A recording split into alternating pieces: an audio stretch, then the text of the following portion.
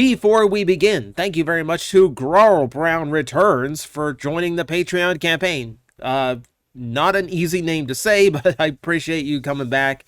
Always good to see someone return to the campaign. Thank you very much. I've actually had so many shoutouts lately, I've not been able to keep you guys updated on what video number we are at as regards to where we're at, counting up to 1,000. We are currently at video number 992.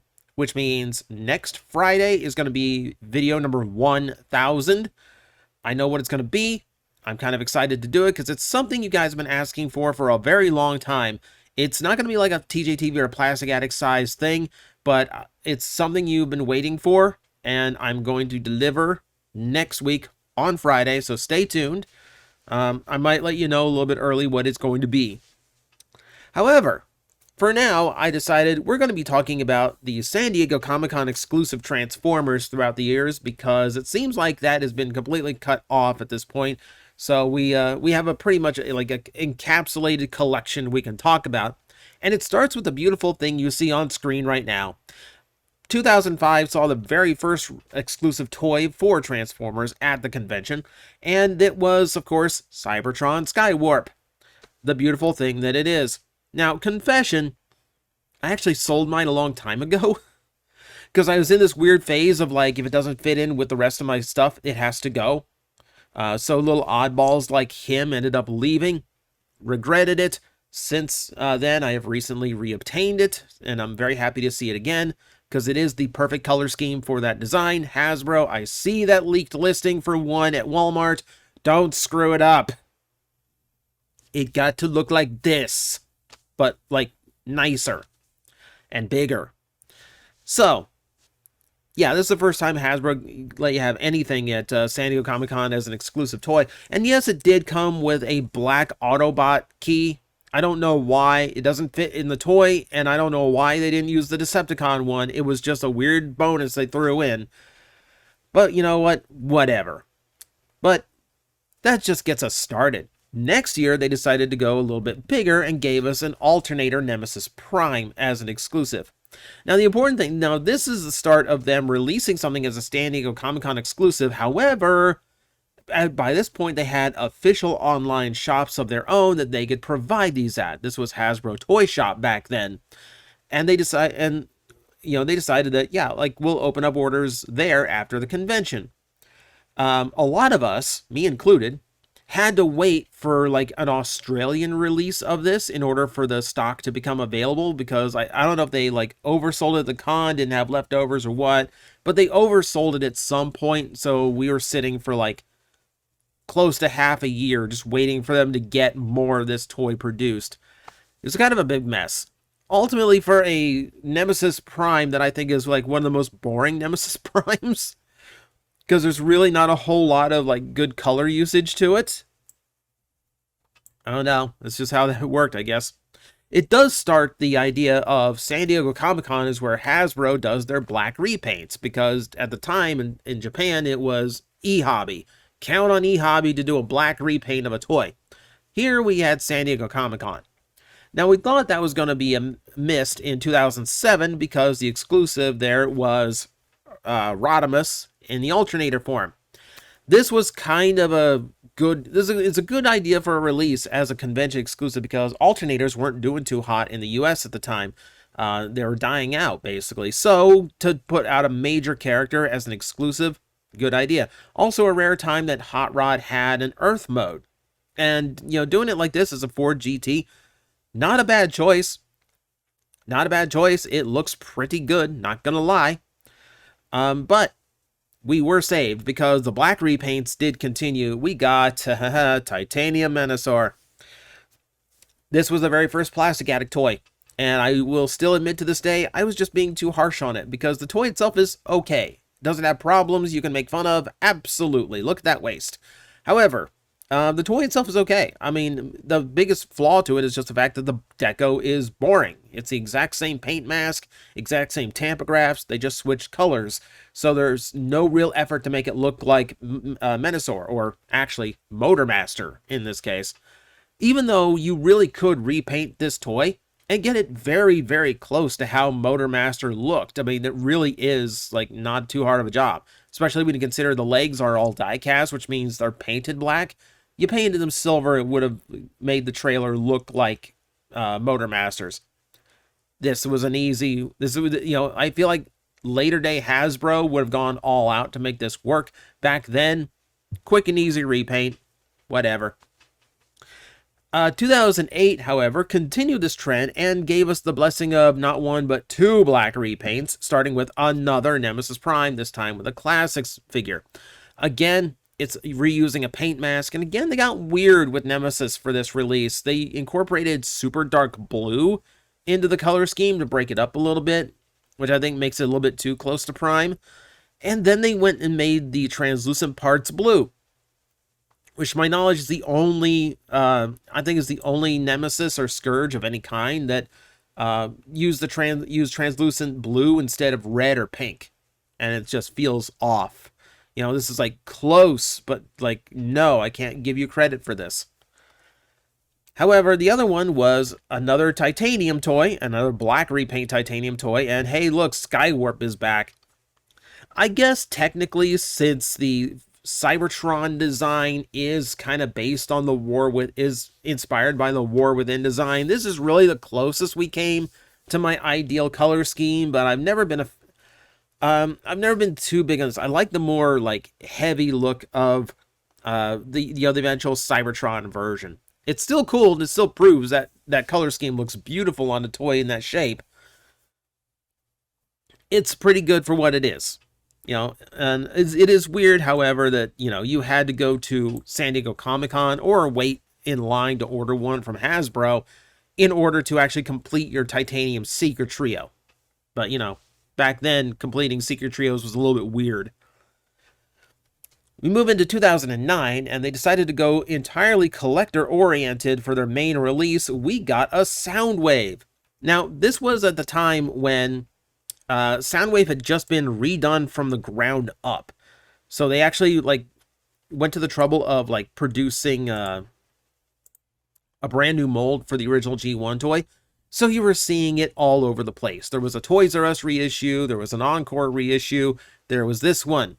And this one is unique because not only does it include Buzzsaw, who tends to get forgotten these days, but it also included a very, very rare US reissue of Ratbats Cassette.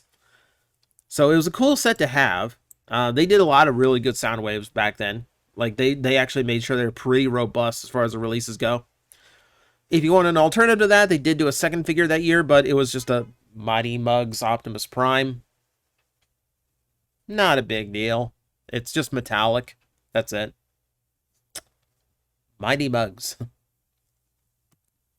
2010 saw them follow up the success of the Soundwave release with a reissue of Blaster, and once again, he got loaded with his cassettes. Strangely enough, he's only known for like 4 of his cassettes. All the others were never in the TV show, and I think even barely mentioned in the comic books. But this is a rare time when you got to see Eject and Ramhorn reissued. Ramhorn especially hard to get a reissue of. But you'll notice no Rewind. You know, Soundwave got a bunch of cassettes, but for whatever reason, even though there's no limit to how expensive they could have made this box, no Rewind, which is super weird. But oh well. Also, just to make sure that 2010 looked a whole lot like 29, they went ahead and did another Mighty Mug. At least this one was exclusive. Like, San Diego Comic-Con was the only way to get hold of a Prowl. So, good on you there. 2011 was the first year where they decided to do 3 figures. And this is a little bit more expanded. So, first off, it was Transformers Prime Time. So a deluxe version of Optimus Prime was available. This is the first time this mold became available. It was released with a slightly different deco later on. The big deal to this one was the packaging it came in had an insert box that was shaped like the Matrix of Leadership and included a strap so you could wear it on your neck. I'm not sure who really did that. I'm sure someone did. But again, it's a really nice figure. It was nice to have something that was, like, at the least for the time, for the moment, that was an exclusive mold for San Diego Comic-Con So if you wanted an advanced preview of what ended up being a pretty nice deluxe, that was your ticket. You also had a repaint of the movie Optimus Prime at the time, the Ultimate Optimus Prime with the big Dark of the Moon trailer and all that. It's, again, mostly just a shiny repaint with some bells and whistles and a really fancy packaging that kind of looks like the fish bowls that Alternators had during its last runs. I do appreciate the G1 Optimus styling to the inner packaging, though. Like, that's a very familiar shape going on the side of the box. But of course, that's not it. Like I said, there was a third release in 2011, and that ended up being the Chris Latta 2-pack. So, it is a Sky Striker, I want to say. I don't know G.I. Joe vehicles. Please don't grill me in the comments. But no, it is, it's basically, it's a jet that packed in with a Cobra Commander, and the jet is Starscream. So, of course, yeah. It's the Chris Latta special. Really cool idea for a set, though. Really cool idea for a set. And, like, this was the first time we'd gotten a genuine G.I. Joe Transformer crossover that wasn't tongue-in-cheek. Before this, we had the occasional figure from Transformers that was based on a G.I. Joe vehicle, or one that was, like, painted up to look like one, but it was, like, only in, like, homage sense. This is the first time where it was overt, and it was very in your face. This is exactly what this is, and it's a really cool thing. It's a very cool set and still very sought after. I think the Sky Striker gave Hasbro some confidence because starting in 2012, they started going really, really big with their releases, and I don't mean like Optimus with his trailer big, I mean like full combiner big. The Fall of Cybertron Bruticus was done as a full box set for San Diego Comic-Con in frankly way better colors than we got at retail. Everything is nice and metallic, everything is a little bit more accurate to the game. That's about as nice as that mold ever looked, and let's be honest, that mold's a little rough. That set of toys is a little rough. But this was trying as hard as it could to actually make that work, so good on you. It actually does look nice. They also decided, let's give Prime another shake, so we got another deluxe in a weird packaging, and this time it was the Dead Cliff Jumper. So yeah, this one was actually cool. Aside from it being the first edition Cliff Jumper, so the toy was actually really good. The Battle Damage Deco was something that was very rare in Transformers, and this is a very extensive version of that. It comes with a Dark Energon shard, comes with a neat effect part that like clamps around the chest, so it looks like there's a shard of Dark Energon being stabbed into him. And all of this came in a Dead Cliff Jumper head. This is the Rust in Peace set, which is morbid as well as clever punnage.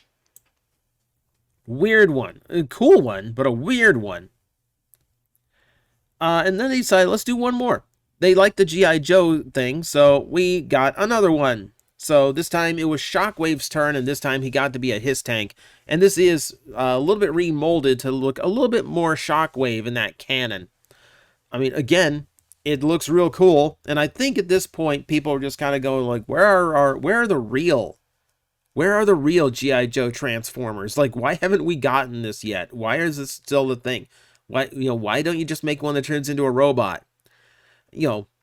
Fast forward a little more than a decade and you get your wish, but for now this is kind of like not even that. It's like this was just whetting the appetite at this point, because we were just finding out how cool this could possibly be. So if a combiner isn't big enough for San Diego Comic-Con, they decided to go even further. So they just decided, hey, we just made up a Titan class that's gigantic. How about you get this? You'll take a Titan, won't you? So this one was weird. So this was done as a San Diego Comic-Con exclusive, but it was counted as one of the Thrilling 30 toys, as in it had a specific number that meant it was part of that special collection that they royally screwed up the numbering on, but still. The only real difference between the US release, between the US general release and this, was a little bit of change to the paint app and chrome parts. Chrome face, chrome thigh, just like the original G1 toy. So if you had to have toy accuracy, you had to get the San Diego Comic-Con version. Otherwise, they were mostly identical, so you weren't really missing out on a whole lot. You had other alternatives for toy exclusives when it came to 2013, however. Once again, Transformers Prime made an appearance with a Shockwave lab set, which is kind of a neat idea. So you get a Shockwave that's redecoed and like upgraded in paint from his retail release, but otherwise is the same toy. But you also get this platform and jar that includes a very small version of Predaking, specifically his Cyberverse version of his toy, which is kind of just him like experimenting on a new Predacon clone, which is kind of a neat theatric kind of exclusive set. I do wish the Shockwave was a little bit different. I think they could have done a little bit more to make it stand out, but I don't mind the idea. I mean, it does really play to Shockwave's personality, and especially like tells a little story, which is kind of neat. Moving on from there, there is one more exclusive for 2013, one more shot with the G.I. Joes, once more with the Sky Striker, but this time it's Jetfire, complete with a full retooling on the top to give him like the thruster pack from the original G1 toy. This is one of those that got them in trouble with Harmony Gold because they thought it was too close to the stuff that they had licensed, and it's one of those incidents where the judge went, no, just you don't actually own this, you can't actually do this, just shut up and don't ever do this again. So if I remember correctly, this is like the break point between like Harmony Gold throwing a fit over Jetfire toys and Hasbro just going, we're just going to do it anyway. But you know, anytime you can get Harmony Gold to shut up is a good thing. Let's see. 2013 saw one more release. It's actually the first time we've done 4 in a single year. And this was a weird one. So they did, remember, there's 2 types of Titans, remember? There's the really big ones that transform, and then there's these simple little guys that really don't do a whole lot. These are generic action figures, basic little poses. I don't know why they call these Titans as well as like the big Titan figures, but whatever. But yeah, these are just simple action figures, typically for kids, but they released it as a multi-pack as a San Diego ComicCon exclusive. Weirdest of all of this is the fact that the Grimlock in this set is exclusive. So, of all the toys that I've shown these days, the only, in this video so far, the only thing about them that has ever been exclusive is a few accessories that got it packed in with them. This is a very different case where a full figure, and the first time that a full figure was exclusive to the convention. But a weird one to pick.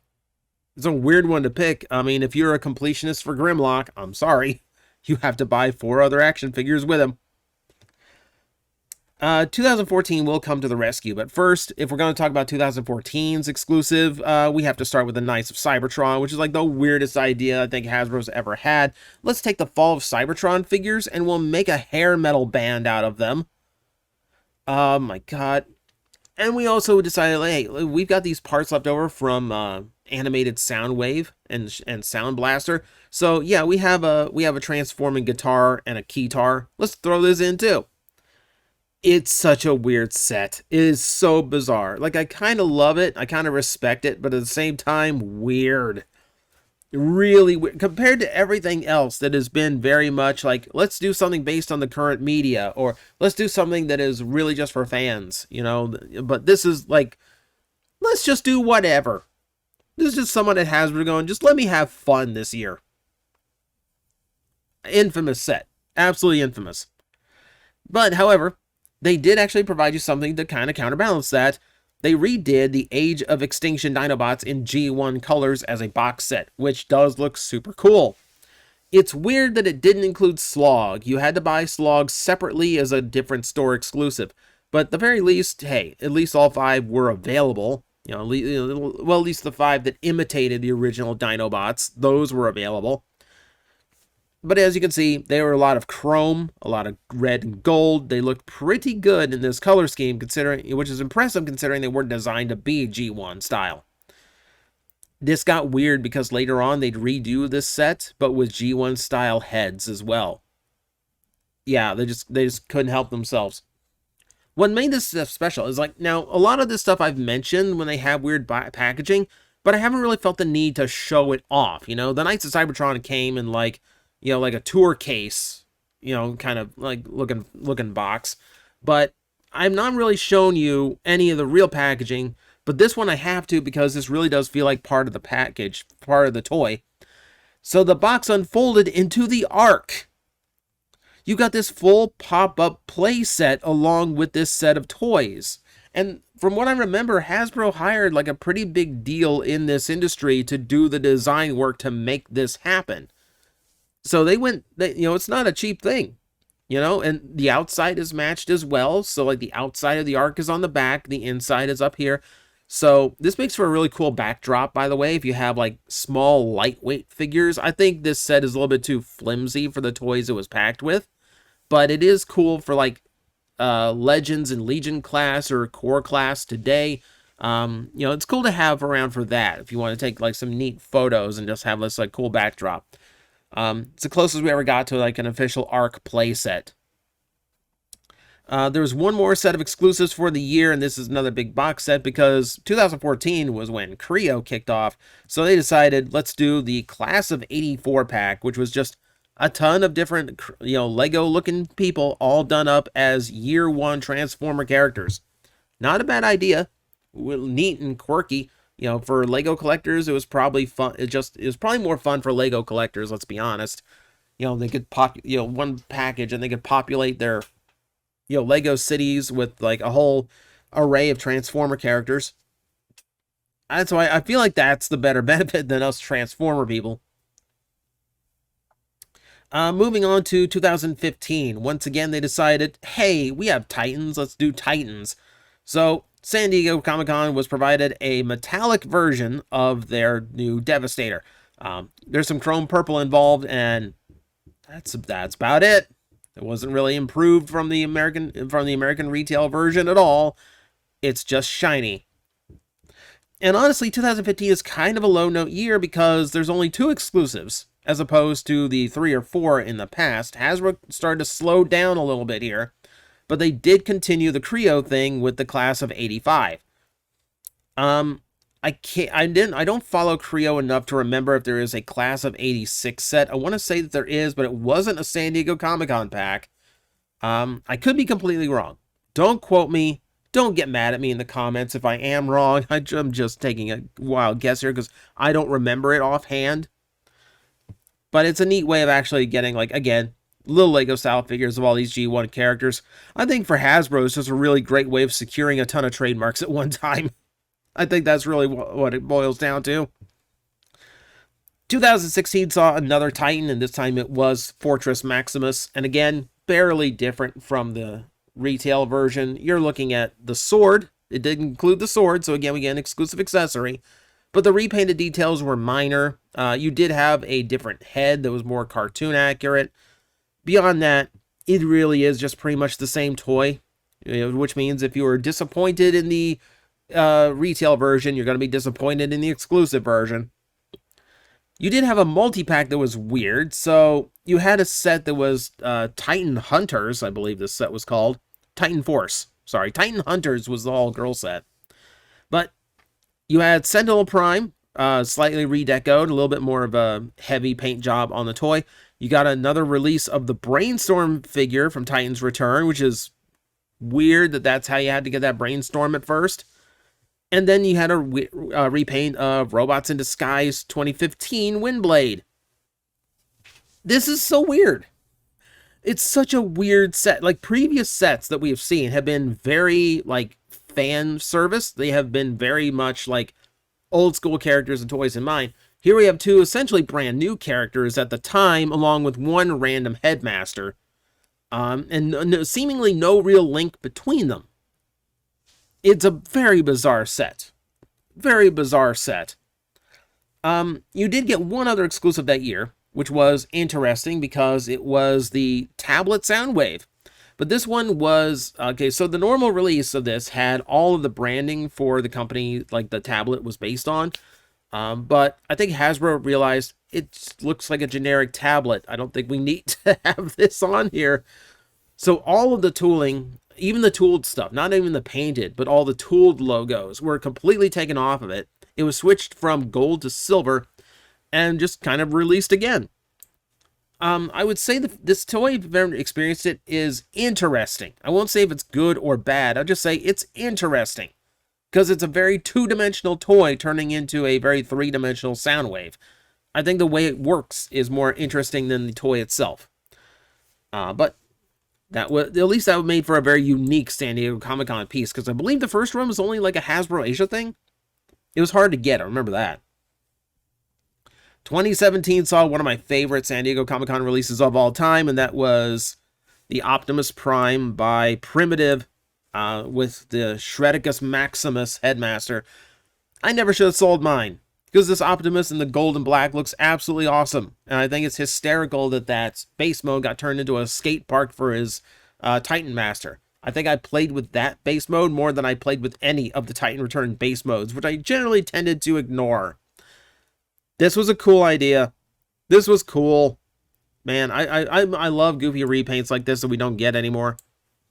And this was where all their personality went that year, because the other exclusive was just age, you know, it's just like the Last Night Prime. A little bit shinier. That's it. Got boring.